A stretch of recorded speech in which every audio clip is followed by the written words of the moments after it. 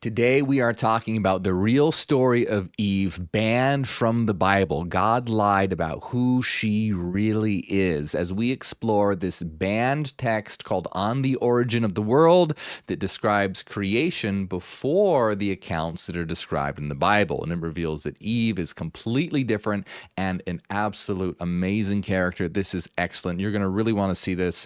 There's talks a lot about Lilith, and I've done a few videos on Lilith where I think just one video actually on Lilith, where she's in some mythologies described to be the first wife of Adam, and she's a very amazing feminist icon, a very amazing feminist figure who refuses to submit to Adam, and the story's great. However, that being said, this version of Eve, I absolutely love. I think she's fantastic, and I even like her more than the story of Lilith because she's an amazing, powerful figure and completely different than how she is described in the Bible. The Bible kind of paints her in a very negative light, in a submissive light, and does this very sort of smear campaign against Eve. And even in the New Testament, they use Eve as an excuse as why women are lesser than men. So yeah, in Christianity, it's taught that women are lesser than men, and they blame Eve. We're going to be looking at that as well. So today we're taking a look at these banned texts on the origin of the world, the secret book of John, the reality of the rulers, as we explore the story of Eve that was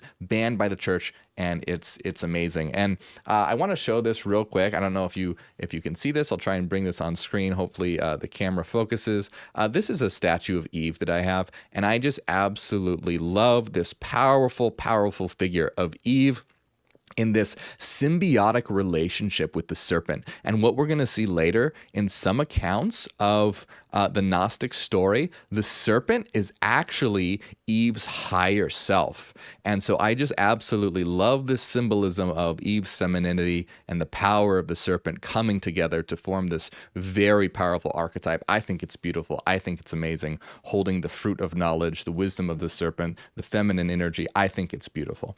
Anyway, I just wanted to point that out. We're going to get started right now. We have a lot to talk about, and it's going to be really good. One thing that I just want to say before we get started, as always, a few things. Please like and subscribe so that we can get information out there. And if you enjoy my work, consider supporting on Patreon, and you get access to all our members-only videos. There's a new members-only video every single week. You can get access by subscribing on Patreon, joining on Patreon, or tier 2 or higher on YouTube by hitting the join button. Also be aware of scammers. There's scammers in the comments, people pretending to be me, saying join my WhatsApp, join my Telegram, DMing people, whatever. That's not me. I don't have a WhatsApp. I don't have a Telegram. I don't have any of that. So don't fall for it. That's not me. Also, there are people and groups out there that don't like what I'm doing, that don't like what we're doing, and are spreading a lot of misinformation and disinformation about me and our group. So just, use your head, use logic and reason, be on the lookout, and don't fall for the BS. All right, let us begin. So we're picking up on the origin of the world, and we've been reading this text. If you haven't seen the other videos where we explore more on this particular text on the origin of the world, you can check out my playlist. But don't worry if you haven't seen them yet. That's okay. You don't have to have seen those for this to make sense. You can watch this all on its own, and it's great. But just so you know, there is more. So we're getting right to where Eve is sort of introduced here. Now, I want to real quick. This is really important. Give a quick recap of what happened last in this, so that we can get an understanding of where we are. So, on the origin of the world, it is revealed that the God of the Bible is an evil being, not a good being, an evil being of shadow and darkness called Yaldabaoth. Yaldabaoth has an army of his children called archons, or rulers, or authorities, and these would be the angels. So God and the angels are actually an evil being. You can look at them as like the devil and demons, and there is a higher realm, a realm of divine light. And in this realm of divine light, there are divine beings, beings of light. And one of the beings of light that exists is a human.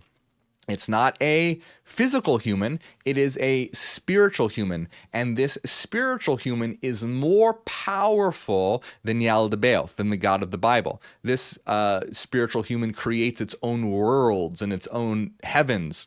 And the God of the Bible does not like this and gets very angry and wants to figure out a way to trap this being or somehow prevent this being from messing up its creation. So this is now when we get into the story of the creation of humanity and where Adam and Eve come into the scene, because basically what Yaldabaoth does is attempts to trap divine entities into bodies so that they will be rendered, trapped in these prisons. In the secret book of John, the body is called the tomb. A body is called a tomb. And in on the origin of the world, a body is called fences for the light. So it's really looked at as like a tomb or fences or this thing that encapsulate or holds the soul in. So this is important for when Eve comes onto the scene, because right now we have Adam. This is the first time Yaldabaoth, God, creates Adam. It says, and now after Adam was made, he left him as a lifeless vessel, since he had taken from like an aborted fetus with no spirit in him. Regarding this, when the chief ruler remembered the word of Pistis, he was afraid that the true human might come into his fashioned body and rule over it. Because of this, he left the fashioned body for 40 days without soul, and he withdrew and left. So basically, Yaldabaoth is very, his actions are very weird here. He creates a human body, but then gets scared that the true human, the powerful spiritual human, will come into that body and rule over it. And Yaldabaoth is, kind of afraid of that. So he goes away. He just leaves that body sort of lying there lifeless like a puppet. But then what happens? It says, but on the 40th day, Sophia Zoe sent her breath into Adam. And Zoe or Zoe means life. So giving life into Adam. So, but on the 40th day, Sophia Zoe sent her breath into Adam, who was without soul. He began to move upon the earth, but he couldn't stand up. Now, when the 7 rulers, so these are very powerful archons, very powerful evil beings. So when the 7 rulers came and saw him, they were very much disturbed. What's going on? We left this body here. We were afraid that the true spiritual human is going to come into it and maybe fuck up our creation or something. What's going on here? They walked up to him and seized him, and the chief ruler is Yaldabaoth, the God of the Bible. So the God of the Bible, the chief ruler said to the breath within him, right? So it's very, very interesting. The chief ruler said to the breath within him, so to the life force within him, not the body of Adam. When they refer to the body of Adam, they call it like the Adam without soul, but the breath within the Adam without soul is divine. And so you have this idea that the body is like a fence or a tomb for this divine essence, the breath of life that Sophia Zoe, however you want to say it, gave to Adam. Now, remember, Sophia Zoe is a being from the realm of light, the realm of divine light, the pleroma, the perfect realm, the good realm, not the evil, shadowy realm of Yaldabaoth. So Yaldabaoth actually creates death. So you see this constant dichotomy. So there's Sophia Zoe, and then Yaldabaoth created a being of death. There's this constant dichotomy of light and dark within these stories. So they seized Adam, and God said to Adam, not to Adam, but the breath within him, meaning they are directing their question towards the soul, the light, the life force that Zoe gave to Adam. And they said to him, "Who are you, and where have you come from here?" And I think that's just cool. I don't know. I find that to be, and it's just very intriguing. It's very, very dramatic. They who are you, and what do you want? Like, what are you? Who are you? And it answered him and said, "I have come through the power of the human for the destruction of your work." And this is also really cool. So you have the breath coming from within saying, I've come from the power of the human for the destruction of your work. I am the human power. Remember, like the true human power. Remember, we're so conditioned to think of humans as weak and worthless and broken and flawed. But that is the deception of God. That is the deception of Yaldabaoth. The Yaldabaoth, God is constantly going to tell you, you're nothing, you're broken, you're dirty, you're sinful, you're flawed, you're powerless. All you can do to possibly have any kind of value is to worship me. When it's complete opposite in these banned books, these Gnostic texts, where human is more powerful than God, and God is constantly trying to find ways to trap the human or break the human or scatter humans or divide humans. They're always trying to find a way to break humans' power down. So anyway, the human replies and says, I came through the power of the human for the destruction of your work. Basically, I'm here to destroy what you're doing. But when they heard this, they glorified him because he gave them rest from their fear and concern. Then they called that day the day of rest because they rested themselves for their troubles. And when they saw that Adam could not stand up, they rejoiced. They took him and left him in paradise and withdrew up to their heavens. Okay, so one might be thinking, well, wait a minute. They were all scared of, the humans screwing up their work. They just asked him who he is, and he says, well, I come from the power of the human, and I'm going to destroy your work. Why are they glorifying him? Why are they rejoicing? Why do they call it the day of rest? It's because this being couldn't stand up. So it says, when they saw that Adam couldn't stand up, they rejoiced. They took him and left him in paradise and withdrew up to their heavens. Basically, the idea was like, hey, look, we trapped it. It thinks it's going to destroy our work. It can't even stand up. So remember, they created these bodies to be traps and tombs, and this effectively confirmed that what they did was effective. This force that they were afraid of that was going to destroy their work entered into this body, and the body can't even stand up. So they all rejoiced. They thought, this is great. We trapped this being. We're going to go put it in the Garden of Eden. We're going to go put it in paradise, and we're going to go back to heaven and do whatever weird things that we do. So that's where we're at right now. Adam is sort of in paradise, unable to stand up, and the archons, God, and the evil entities, the authorities, the rulers, are in their heavens. Now, we come to Eve, and this gets very, very interesting. So it says, Eve gives Adam life, and this is what is so brilliant, and what I love is that it completely inverts the biblical narrative, where Eve is always lesser than Adam. Eve comes from Adam. Eve is like the support of Adam. Eve is looked at as being the sinner because she fell for what the serpent had to say. But remember, if we're looking at this from the Gnostic perspective, everything in the Bible would be like negative propaganda, where the Gnostics would be like, well, no, Eve is the life giver. And then, as we'll see in certain Gnostic texts, the serpent is actually sometimes represented as Eve's higher self. So Eve, isn't being deceived by the serpent. Eve is listening to her higher self, gaining wisdom, offering wisdom to humanity, and birthing wisdom, and is praised for that. And it's very, very contrary to how it's depicted in the Bible. Because if we look at the Bible, right, if we go to 1 Timothy, this is 1 Timothy 2:11, okay? And remember, this is in the New Testament, because every time I read verses like this, a lot of people who are Christian go, well, that's Old Testament. That doesn't apply anymore. No, this is New Testament. So it says, a woman should learn in quietness and full submission. I do not permit a woman to teach or to assume authority over a man. She must be quiet. Because Adam was formed first, then Eve. And Adam was not the one deceived. It was the woman who was deceived and became a sinner. But women will be saved through childbearing, if they continue in faith, love, and holiness with propriety. So much, extremely sexist. And this is just one. There's several verses like this where it says women are lesser than men. They must submit to their husbands in everything. They have to be quiet in church.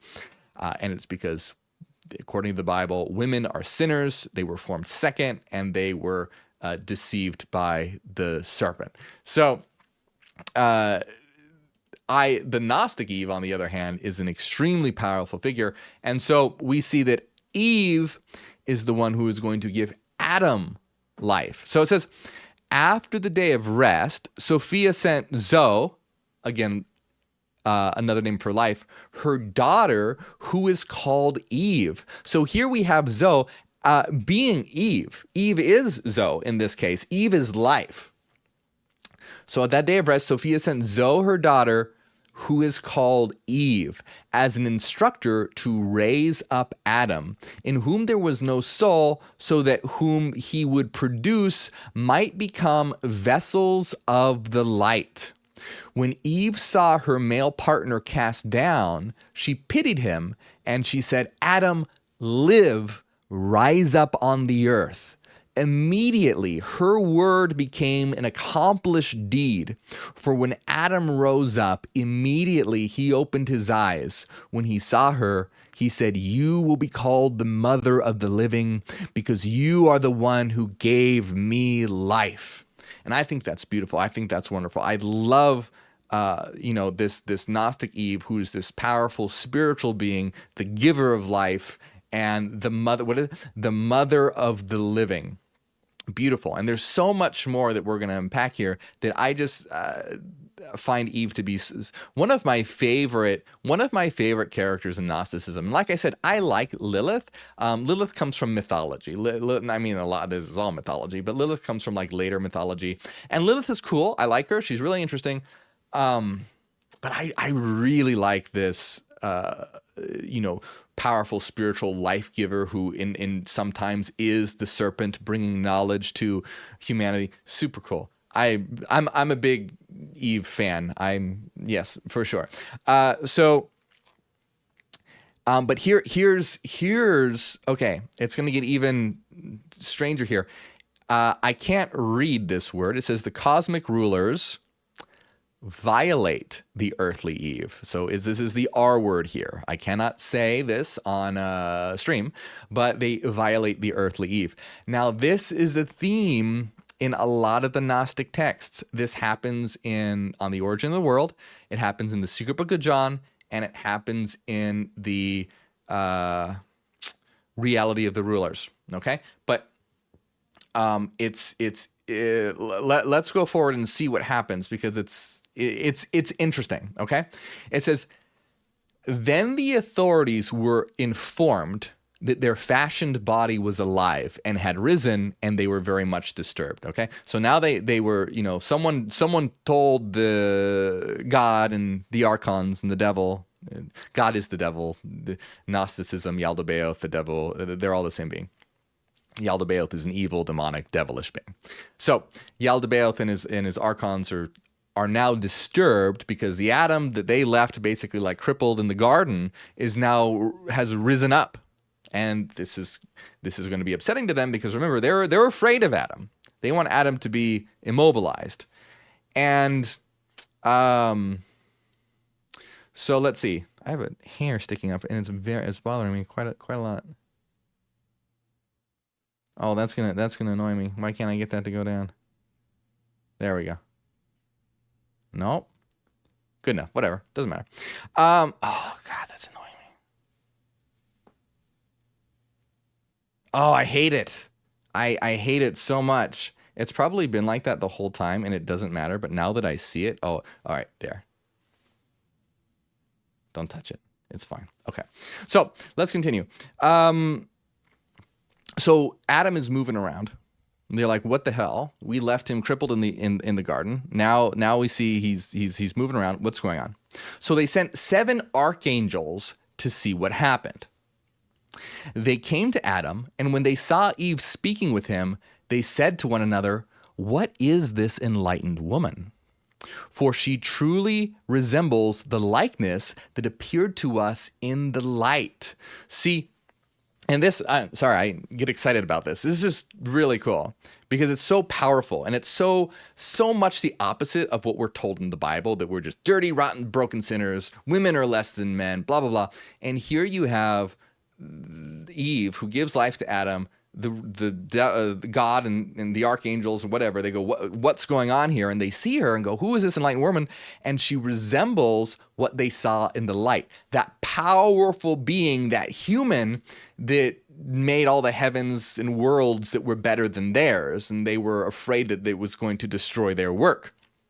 And they see this enlightened woman, and like, you are a being of the light. You're not one of our creations. You're not one of, you're not you're not an archon. You're not a being of shadow, a being of darkness. You're not born in chaos. You're a being of the light. And they're very afraid of these beings of the light. That's why they're trying to make these bodies. So they say, what is this enlightened woman? For truly she resembles the likeness that appeared to us in light. Now come, let us seize her and cast our seed into her, so when she is polluted, she will not be able to ascend to her light, but those whom she bears will serve us. So this is what's happening. They see her and go, okay, well, what we're going to do is defile her. And their plan is that if they defile her, she won't be able to go back into the realm of light because she will have been defiled by darkness. She'll be polluted and she won't be able to ascend to her light. But those whom she bears will serve us. She'll bear children, and these children will be servants of the archons. Continues, but let us not tell Adam, because he is not from us. Rather, let us bring a stupor upon him and suggest to him in his sleep that she came into being from his rib, so that the woman may serve and he may rule over her. Really interesting. So do you see? Very, very interesting. According to On the Origin of the World, Eve is a being of light. They don't like her. They want to defile her so that she can't return to the realms of light. And they want to lie to Adam and tell Adam that they created Eve, or Eve at least came from his rib, so that Eve will serve him and be, and he may rule over her. So that the woman may serve and he may rule over her. So you can see that they're crafty. They're deceivers. Everything they say are lies.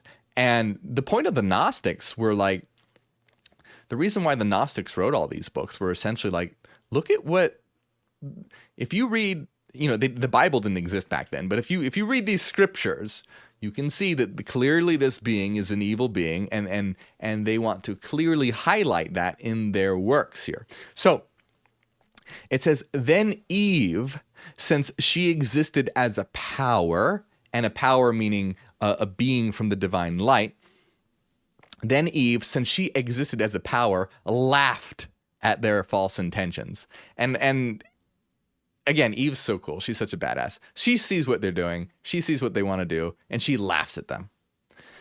She darkened their eyes, right? See, they think that they're going to defile her, and they think that they're going to trick Adam. She laughs at them and darkens their eyes, meaning she's going to deceive them. So she darkened their eyes and secretly left her likeness there with Adam. She entered the tree of knowledge and remained there. They pursued her, and she revealed to them that she had entered the tree and had become the tree. And when the blind ones fell into a great fear, they ran away. Okay, there's a lot to unpack here, but I want to read a little bit more, and then I'll go back and explain all this, because there's a lot of very, very interesting, very symbolic, very cool things going on here. You see this association with Eve and the tree of knowledge, and later the serpent. It all wraps around again. So I love that. I love that statue that I showed you in the beginning. It's such a powerful image of this powerful divine Eve with the power of the serpent, the tree of knowledge. This is, the reason why I love this so much is because, you look at, you look at traditional Christianity, and it just shows Eve as this powerless sinner. And here it's just such a powerful, to me, it's such a powerful archetypal image of God. It's such a powerful archetypal image of femininity, strength, wisdom, the fruit of knowledge, intelligence, love. You have the beautiful roses. It's one of my favorite statues. It's to me such an empowering archetypal figure. It's such a synthesis, such a beautiful synthesis, and I love it so much. Anyway, let's continue this here. It says, afterwards, when they sobered up from the stupor, because they were scared. Remember, they're scared of this being, and because it's a being of light, much more powerful than them. And so when they recovered from their stupor, they came to Adam, and when they saw the likeness of that woman with him, they were troubled, thinking that this was the true Eve, and they acted recklessly and came to her and seized her and cast their seed upon her. They did it deceitfully, defiling not only naturally, but also abominably, first defiling the seal of her voice, which had spoken with them, saying, "What is it that exists before you?" They meant to defile those who might say at the consummation of the age that they had been born of a true human by means of the word, and they were deceived, not knowing that they had defiled their own body. It was the likeness that the authorities and their angels defiled in every way. Okay, so what happens here, a lot to unpack here.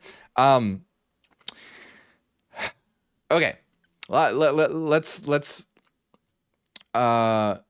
see here. Okay, so basically, since Eve existed as a power, she laughed at their intentions, she darkened their eyes, and secretly left her likeness there with Adam. So she left a copy, a false version of herself with Adam, and she entered the tree of knowledge and remained there. And so she becomes basically associated with the tree of knowledge. Now, if we look at another book called The Reality of the Rulers, we say a very similar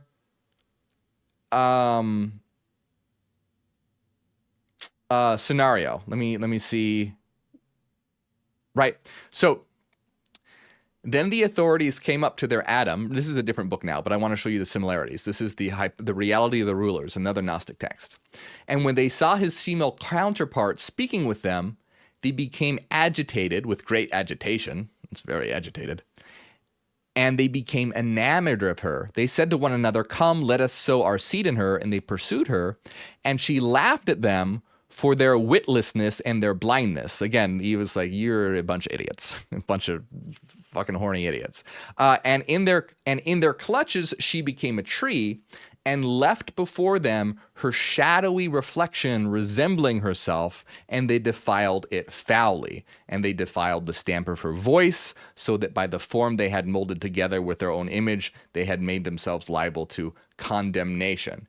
And then later it talks about, the next verse here says, "Then the female spiritual principle came in the snake, the instructor, and it taught them, saying, 'What did he say to you? Was it from every tree in the garden you shall eat? Yet from the tree of not blah, blah, blah, blah, blah.'"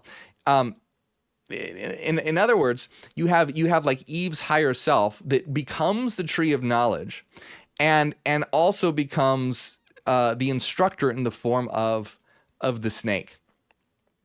And let's go back to On the Origin of the World here. I just wanted to show you the similarity and the theme here of her being associated with the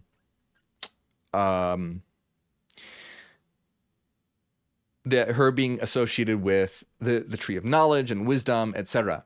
So that it says that on the Origin of the World, it says that in The Reality of the Rulers. And then if we look at another book, The Secret Book of John, there's something that's a little different, but very, very similar. In this case, it says within Adam, right? So Adam is given life by one of the beings of light, right? You know, Adam is again this dark creation by Yaldabaoth, but is given light by, one of the beings of light. And in this light is called, it says, the light-filled epinoia hid deep within Adam. So epinoia is like this feminine principle and is associated with Eve. And epinoia means purposeful thinking, self-thinking, purposeful thinking, conceptual thought, intuition. You can think of epinoia as a higher order thinking. It's intuition, it's conceptual thought, it's purposeful thought. It's like awareness. It's not like an animal wouldn't have epinoia. An animal's hungry, it eats, it doesn't plan for the future, it doesn't manipulate concepts. Epinoia is that. It's this conceptual, purposeful thought. So the light-filled epinoia was deep within Adam, and Yaldabaoth, the chief ruler, tried to remove her, epinoia, purposeful thought, from his rib cage, but epinoia cannot be captured. Although the darkness pursued her, it did not catch her. The chief ruler did remove a portion of his power from Adam to create a person with a woman's form, modeled on the light-filled epinoia that had been manifested to him. He placed the power removed from the man into the woman. And it says it did not happen the way Moses said. It wasn't that he took a rib and made the woman. So even in the secret book of John, which is a little bit different, in the secret book of John, you have Adam, who has the feminine principle of light-filled epinoia within the rib cage, and Yaldabaoth tries to remove this, and from this power, essentially more or less creates woman, not from a rib from Adam, but from this powerful feminine force. Why? Because it's powerful. Adam doesn't want, Yaldabaoth doesn't want this unity to occur. So epinoia is also associated with, later on in the secret book of John, they talk about the tree of knowledge. Let me see if I can. Yeah. As for the tree called the knowledge of good and evil, it is the epinoia of the light. So you see this association with the tree of knowledge being very much associated with this powerful form of thought, purposeful thinking, intuition, intuitive thought, purposeful thought, powerful forms of thought called epinoia that's related to Eve. In the secret book of John, it says epinoia is also the tree of knowledge of good and evil. And in the reality of the rulers, Eve transforms into a tree. And on the origin of the world, it specifically says this tree is the tree of knowledge of good and evil. And then in the reality of the rulers, the female spirit goes into the snake and tells them to eat from the tree. And again, I hope you can see more. I keep going back to that. I love my statue.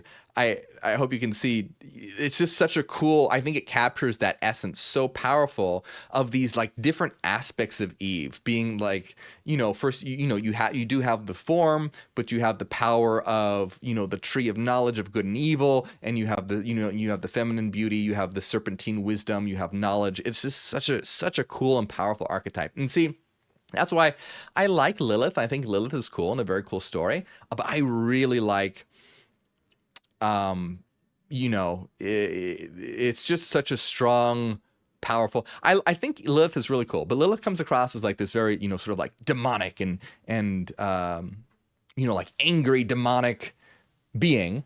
And I completely get it. And she very well should be. Like in that particular myth, absolutely. But just personally, I really love this powerful God-like deity, just laughs in the face of God, thinks that they're all idiots, and is basically like they think that they're pulling the strings, but really she's pulling the strings behind everything. I think that that's really badass. I think it's cool. I love Lilith, but I just really like this story, and I like how it's presented as being just like so much more powerful than God. So anyways, afterwards, when they sobered up from the stupor, they came to Adam, and when they saw the likeness of the woman, they were troubled, and they thought that this was the true Eve. So she left that copy of herself there next to Adam to trick them, and they fell for it. They think that that's her, and so they want to defile her. And so they seized her and cast their seed upon her, and they did it deceitfully, defiling not only naturally, but also abominably, first defiling the seal of her voice, which had spoken with them, saying, "What is it that exists before you?" They meant to defile those who might say at the consummation of the age that they had been born of a true human by means of the word, and they were deceived, not knowing that they had defiled their own body. It was the likeness that the authorities and their angels defiled in every way. So basically they were like, okay, they want to defile Eve, so that she won't be able to return to the realms of light, and all her children will be born of shadow and be their slaves. So that's essentially what they want to happen. They want this to happen, but they don't realize that what they're actually defiling is just a material body. It's just in the hypostasis of the archons, or the reality of the rulers, what it says. It says she left before them a shadowy reflection resembling herself.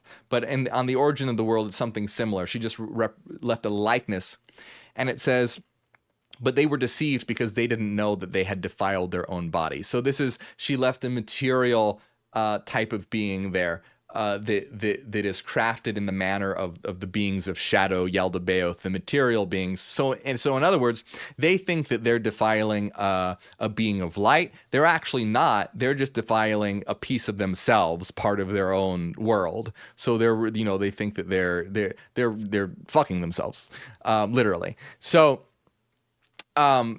Because their whole plan was, okay, we don't want beings of light to be born from this woman and to destroy our work. That's basically what they're saying. We don't want beings of light, because first they were worried about Adam, but Adam didn't get up and couldn't move. So they were like, oh, well, no problem. But now because of Eve, he can move. So they're freaking out a bit. And now they're like, okay, we don't want children of Eve to defile our work. So let's defile her so that she can't go back to the realms of light, and she'll also bear us children. Now, here it says, first Eve bears the children of the cosmic powers. So now we're actually, Eve is going to bear the children, but remember, this is the fake Eve, or not fake, but like the body, the material Eve. This isn't the higher divine Eve. This is the more material Eve. It says, first Eve conceived Abel from the first ruler, and she bore the rest of the sons from the seven authorities and their angels. Now all this came to pass according to the forethought of the chief creator, so that the first mother might bear within herself every seed mixed and joined together with the fate of the world and its configurations and justice. A plan came into being because of Eve, so that the fashioned bodies of the authorities might become fences for the light. Then the light will condemn the flesh through their fashioned bodies. So essentially what's happening here is a plan came into being because of Eve, so that the fashioned bodies of the authorities might become fences for the light. Then the light will condemn them through their fashioned bodies. So essentially that the light will be entering into these bodies and then eventually be able to realize what they are and condemn the authorities. And we're going to get into that in just a bit, because, in Gnosticism, the whole point of Gnosticism, remember, Gnostics wrote this not because they just thought it was a fun story. Gnostics wrote this to get an idea across. The idea that Gnostics were trying to get across was realize that you are divine. That's the idea. The whole idea of Gnosticism comes from the Greek word gnosis, which means knowledge. And you see the constant epinoia, the whole theme of the battle between knowledge and ignorance, Yaldabaoth, the ignorant, the dark, the shadowy, Samael, the blind god, Nibro, the fool, the rebel, Sackless, I believe Sackless is the fool, Nibro the rebel, Samael the blind god, versus the realms of light, epinoia, wisdom, Sophia. This battle between, and that's what's great about Gnosticism. In Christianity, mainstream Christianity, it's just about belief in God so you don't go to hell, worship and be a slave so that you aren't tortured in eternity. And in Gnosticism, that's not the case. It's remember what you are. Knowledge, remember that you are divine. Remember that you are more powerful than God, that you are a God. You have power. The power is within you. Let's see. So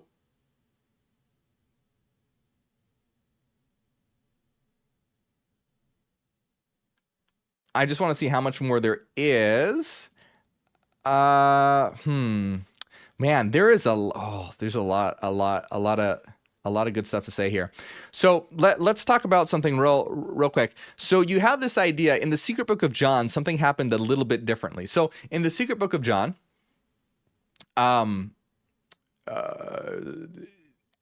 Eve is violated by the rulers. In the Secret Book of John, Eve is violated by the rulers.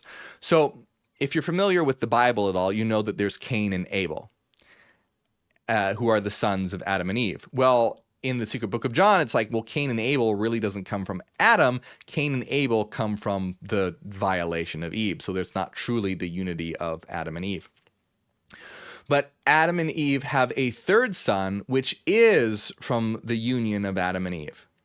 And this third son, his name is Seth. And Seth is extremely important in Gnosticism. Some types of Gnosticism are called Sethians, Sethian Gnosticism or Sethians, because Sethian, or Seth, is looked at as the true child of Adam and Eve. So Seth is looked at as the unification of Adam, the mental principle, with epinoia, the feminine principle of purposeful thought, unified in Seth, who now has the abilities of both, of mind to reflect upon itself and essentially to realize what it is. So Seth is representative of a human being having the powers within him to realize that he is a divine being, and all the children and descendants of Seth, of which, according to the story, would be us, have the power to realize that we are divine. So Sethian is kind of like this savior figure, and even in some versions of Gnosticism, even Christ is sometimes looked at as possibly an incarnation of Seth. So Seth represents the ability for human beings to realize that they are divine. So it says, next, let me continue. When the rulers saw him and the woman who was with him erring in ignorance like beasts, they rejoiced greatly. When they learned that an immortal human was not going to pass them by, but that they would even have to fear the woman who had turned into a tree, they were troubled and said, is this perhaps the true human who blinded us and taught us about this defiled woman who is like him, that we might be conquered? So they're kind of confused here. They're happy that Adam and Eve are in the garden, kind of just not acting like divine beings. They're acting more bestial and ignorant. So they're happy about this.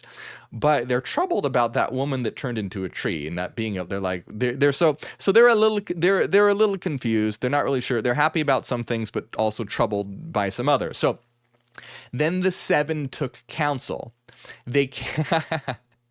I like this. So then the seven took counsel. They came to Adam and Eve timidly. This is so funny because they're scared of humans, right? They're trying to trap humans, but they're trying to trap humans because they're scared of humans.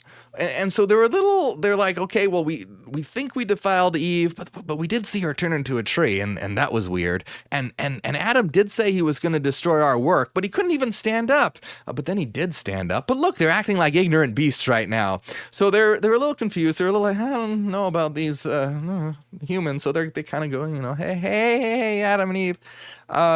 So they went up to Adam and Eve timidly and said, the fruit of every tree created for you in paradise may be eaten, but beware, don't eat from the tree of knowledge. If you do eat, you will die.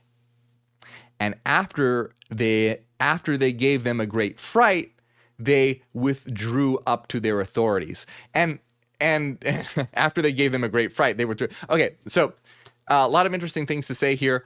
Some people are like, on the origin. So some people, when they read the Bible, they go, well, why did God even put the tree of knowledge in there in the first place? Like, why did God even put that in there? So it depends what version of Gnosticism you read. There's different versions about like why the tree of life is there, or the tree of life and the tree of knowledge. But it's funny, you have the tree of knowledge here because Eve turned into the tree of knowledge.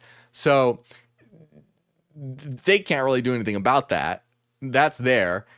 Being representative of Eve and purposeful thought, epinoia. Epinoia isn't explicitly mentioned in this one, but you get the idea. And so they're like, well, shit, there's this tree. They're like, well, okay, Adam and Eve, they're behaving ignorant like beasts. Good, high fives all around. That's great. But there's this goddamn tree here that can kind of mess things up. So they go up to Adam and Eve, and they say, you can eat from every tree, but don't eat from that, not that one.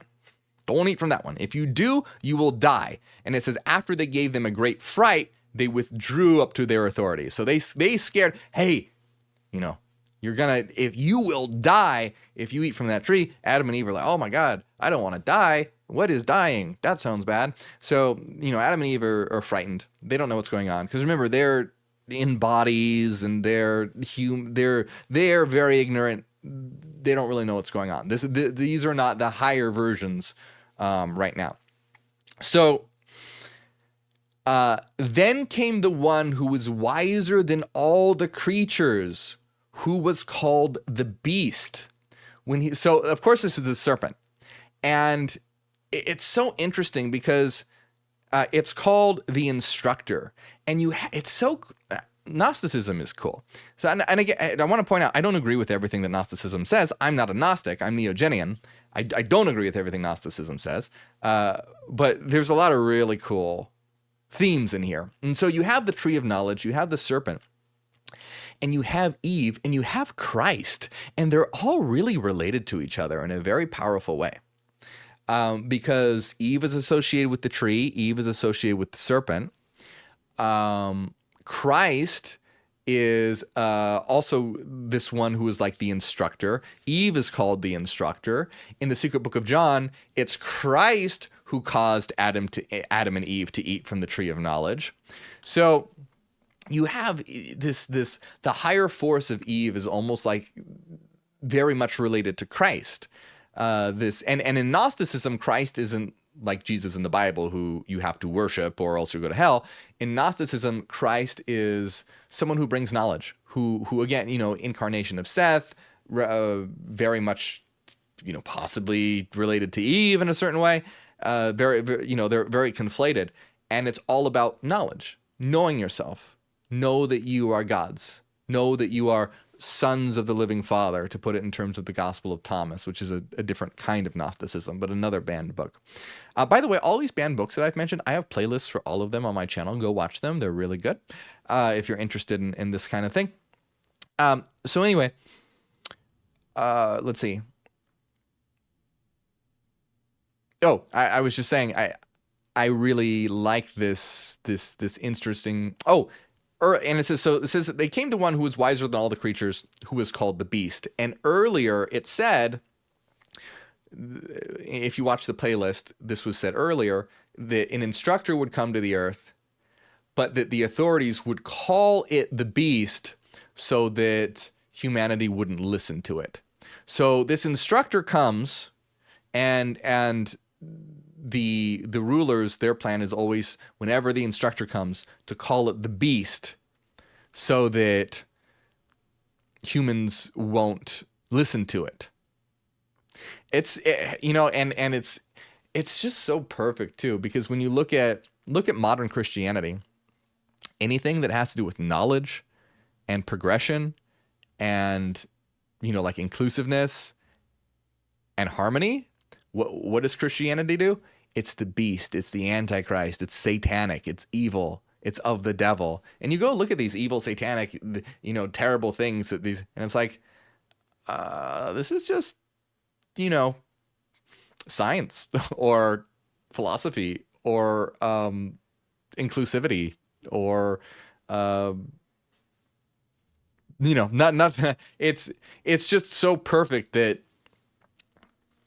Gnosticism really calls out what Christianity is going to become. Really nails it on the head. Hits the nail on the head. So then the one who is wiser than all the creatures, who is called the beast. And remember, in the reality of the rulers, it says, then the female principal came into the snake, the instructor, and it taught them. And here we have then who was one that was wiser than all the creatures, who was called the beast. When he saw the likeness of their mother, Eve, he said to her, what is it that God said to you? Don't eat from the tree of knowledge? She said, he said not only don't eat from it, but also don't touch it, lest you die. He said to her, don't be afraid. You certainly shall not die. For he knows that when you eat from it, your mind will be sobered, and you will become like gods, knowing the difference between evil and good people. For he said this to you because he is jealous, so that you would not eat from it. And and see this is what the serpent and the instructor is saying. And you also see this conflation with it's a very Luciferian archetype too. So you have all these archetypes. You have Seth, you have Eve, you have Lucifer, you have Christ. All of these beings reflect the same archetype. Now, Lucifer is never explicitly mentioned in Gnosticism, but that theme and archetype in Lucifer comes in, later in the Christian mythos. But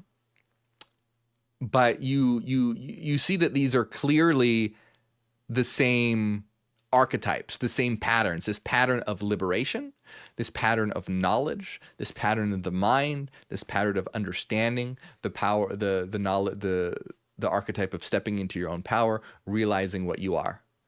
And I love it. I love it so much. This power of light, of Eve and Lucifer and Christ. And it's beautiful. It's great. It's so good.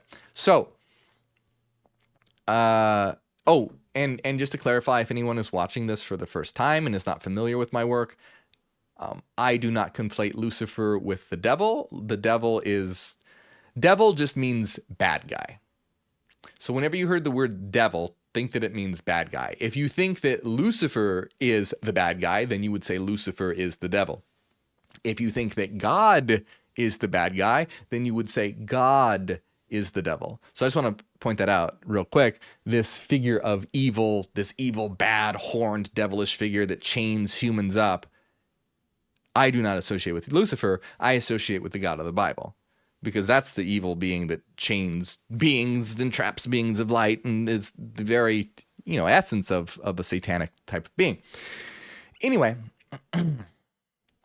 let's see. So the serpent, the instructor, is saying, hey, no, they're lying to you. They're just jealous. When you eat from it, you'll be able to become like gods, and you'll know the difference between evil and good people. And see, that's the thing that Yaldabaoth and his archons, they don't want Adam and Eve to know the difference between good and bad people, because guess what? They're not very good people. They're pretty bad people. So they don't want them to eat. The serpent says, hey, it's a pretty good idea. You should do it. You're going to become like gods. It says, now Eve believed the words of the instructor. She looked at the tree and saw that it was beautiful and appealing, and she desired it. She took some of its fruits and ate, and she gave to her husband also, and he ate too. Then their minds opened, for when they ate, the light of knowledge shone for them. When they put on shame, they knew that they were naked with regard to knowledge. When they sobered up, they saw that they were naked, and they became enamored of one another. When they saw that their makers had beastly forms, they loathed them. They understood a great deal. Again, really cool stuff here. Okay, so she believes the serpent. She eats from the tree. They become filled with the light of knowledge. And remember, in the Bible, it says, oh, well, they realized that they were naked and they were ashamed. This is saying they became ashamed because they realized that they were naked with regard to knowledge. They realized, oh my God, they were ashamed because of their ignorance. Remember, in the Garden of Eden, they were naked the whole time. When they ate from the tree of knowledge, they became ashamed that they were naked. They realized they were naked and ashamed. That's what it says in the Bible. In Gnosticism, it's saying that this is symbolic for being naked to knowledge. They were ignorant the whole time. They didn't realize it. They ate from the tree of knowledge and became ashamed of their nakedness of knowledge. Now, of course, you can interpret this in different ways, and different Gnostic texts interpret different, some of the stories in different ways. But this is the powerful stuff here. And you see within Gnosticism, it's very, very, very symbolic. Mainstream Christianity, traditional Christianity, what would become orthodoxy, is very literal. Gnosticism is like, well, nakedness is representative of knowledge, and you see it's all very symbolic and very archetypal and very powerful, and it contains stories and metaphors to learn from. And so this is really, really good, saying that they realized that they were naked and they were ashamed because of they were naked in ignorance. When they sobered up, So, and then when they saw that their makers had beastly forms, they loathed them and they understood a good deal. So they realized, oh, this being that we think is God is not actually God. These archons, these demons, they're demons. You know, their eyes were opened and they realized that these people that they thought were good were actually evil. And I'm sure a lot of you can relate. Have you, well, those of you who I'm sure a lot of you can relate, specifically, probably very much so, if one had, let's say one grew up in, like I had this experience, right? I grew up Christian. I was in a strict Christian household, and I grew up Christian my whole life. Well, I mean, I grew up Christian for a while, then into my late teens. And, you know, I thought that Christianity was the truth. I thought it was the light. I thought it, but when I realized that it was a false light, when I began to understand and gain the light of knowledge through studying philosophy and science and mathematics and eventually esotericism and occultism, etc., when I began studying all these fields of knowledge, you realize that what you thought was light is actually darkness. You realize that what you thought was good was actually bad. You become, you see the beastly form of that belief system. The great beast is revealed to you. It's revealed that Christianity is actually the great beast, the false light, the darkness of the world. And so that's what it means when your eyes become opened and you realize you're able to discern good from evil. Now, we're being really loose, of course, with these words. You remember, this is all very symbolic. This is all very metaphorical.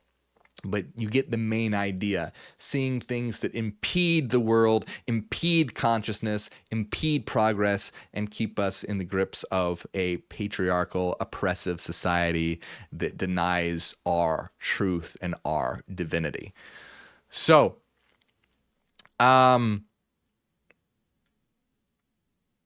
let me see here.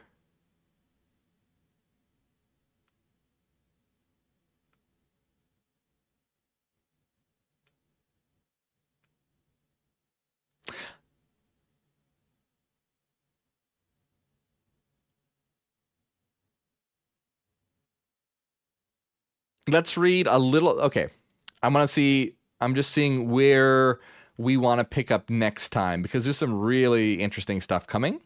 But I think we should just read a little bit more here because we still have a little bit more about the tree, right? So let's read a little bit more about the tree. So it says, then when the rulers knew that Adam and Eve had transgressed their commandment, so they're pissed. They realized that Adam and Eve didn't listen to them. They entered paradise and came to Adam and Eve in an earthquake and a great threat to see the result of the help that was given. Then Adam and Eve were very much disturbed and hid under the trees in paradise. The rulers did not know where they were and said, Adam, where are you? Okay, so again, this is really funny. In the Bible, after Adam and Eve eat from the tree, they hide, and God goes, Adam, where are you? And in another Gnostic book called The Testimony of Truth, I'm pretty sure it's in The Testimony of Truth, that Gnostic book goes, if God was a God, wouldn't he know where they are? Clearly, it's not a God. I just love how Gnosticism just constantly calls out like the stupidity of these beings and going, clearly this is not an all-powerful entity. This is some evil entity. So the rulers did not know where they were and said, Adam, where are you? He said, I am here, but because of fear of you, I hid after I became ashamed.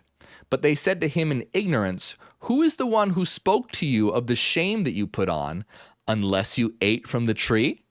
He said, the woman you gave me, she is the one who gave to me, and I ate. Then they said to the woman, what is this that you have done? She answered and said, the instructor is the one who incited me, and I ate. Then the rulers came to the instructor. Their eyes were blinded by him, so they were not able to do anything to him. They merely cursed him since they were powerless. So yeah, so good. Big fan of these stories. So afterward, they came to the woman and they cursed her and her offspring. After the woman, they cursed Adam and the earth and the fruit because of him. And everything that they created, they cursed. There is no blessing from them. Good cannot come from evil. So once again, Gnosticism is highlighting there is nothing good about these beings. Good cannot come from evil. These are evil beings in every single way, and should be realized and understood that this is the case. So, and in the testimony of truth, it also points this out when God curses Adam and Eve and ejects them from the Garden of Eden. They go, this proves that God is a malicious grudger, a God who holds grudges. Would a benevolent God really do this? So it's constantly saying, look, clearly not a God who knows everything, because they didn't know where Adam was. Clearly, where Adam and Eve were. Clearly didn't know, curses them, so clearly not a benevolent God, and just, keeps listing off all these things about, obviously this is not a loving God. So, couldn't do anything to the snake. The snake blinded them, or the instructor blinded them. It says, afterwards they came to the woman, and they cursed her and her offspring. Oh yeah, I read that already. Right. So, since that day, the authorities knew that truly there was something stronger than they. They would not have known except that their commandment was broken. They brought a great envy into the world only because of the immortal human. So, okay, I think this is a good place because there's so much. I want to keep going. There's so much to go. There's so much more, because now they're basically scared shitless over Adam and Eve now, and they're going to start trying to test Adam and see how powerful he is, etc. But let's save that for next time, because I think that's a good place to stop and a good place to pick up. So if you're enjoying this, there's so much more, and it gets really, really good, because now they realize, oh shit, they're kind of shaking in their boots at this point, because they realize Adam and Eve are more powerful than them. They ate from the tree of knowledge. So they're going to kind of test them to see, well, how much do you really know? Do you really know how powerful you are? And this is the whole point of Gnosticism. The whole point of Gnosticism is to go, realize how powerful you are. Realize your power. Realize the divine light of the pleroma, of the all, of the fullness that resides within you. That you are more powerful than these ephemeral forces, than these material forces. You are divine. And that's the whole point of Gnosticism. That's the whole point of Gnosis. So real quick, a couple things I want to say real quick here. First of all, Eve, fantastic. Love this, connection between Eve, serpent, the tree of knowledge, Christ, Lucifer, light bringer. Beautiful. Love it. So good. Love Eve. Makes a fool out of God and the angels at every turn. I think it's fantastic. So cool. I could talk about it all day. I really, really love it. One of my favorite archetypes. So, a quick thing I want to mention. There have been I think people sometimes are confused by my videos. Remember that I do not believe that these stories are literally true. I believe that these are metaphors and symbols for the human psyche, what we're trying to do here and now. I don't believe that there's actually Yaldabaoth trapping souls or whatever, but I do believe that we are eternal beings of frequencies that are linked to these avatars and can actualize our vision right here in this world right now.